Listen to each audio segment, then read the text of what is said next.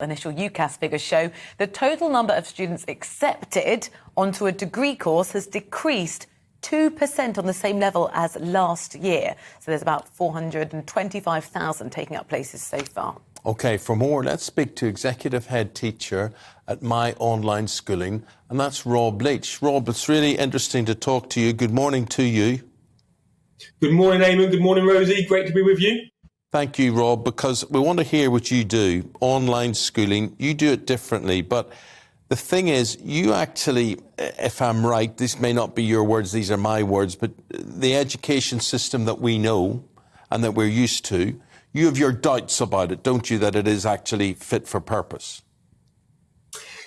Yes, I do. And of course, this morning, a big congratulations to all students who are opening those envelopes as we speak. But I do think it's a good opportunity for us just to reflect on the overall system, particularly the exam system. And as you mentioned a moment ago, what sort of skills and qualifications our young people are taking into the modern workplace. The system, education and exams very much has its roots in the 19th century. And whether that's still fit for purpose in the 21st century, I think is an important discussion to have. What is your philosophy? I mean, you've got the stage here.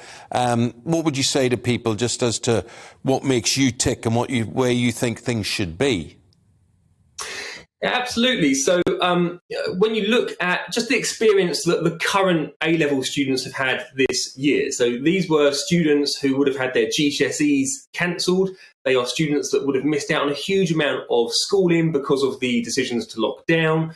They are students who even this year, back in school, as we moved from the pandemic, had huge levels of absence still linked to COVID. So over 21% of the A-level students collecting their results today missed at least 20 school days this year. Teacher absence would have been even higher. The recruitment and retention issue for teachers more generally, 50% of teachers looking to leave the profession within the next 5 years. You add all of these elements together, and I think it's fair to say that the current cohort of students have had a really tough time this year. And yet, as a system, we've gone back to the pre-pandemic status quo when it comes to these high-stake, cliff-edge, one-off set-piece examinations, which can give students grades that stay with them for life and perhaps are not the most accurate way of measuring how ready they are to embrace the opportunities. Everyone will have at home is, what do you do instead? If it's not going to be those exams or maybe exams teamed with coursework, how else? Because we've had a trial now of teachers being able to evaluate, and too many of them got predicted that they'd do well. So that hasn't really proved successful either.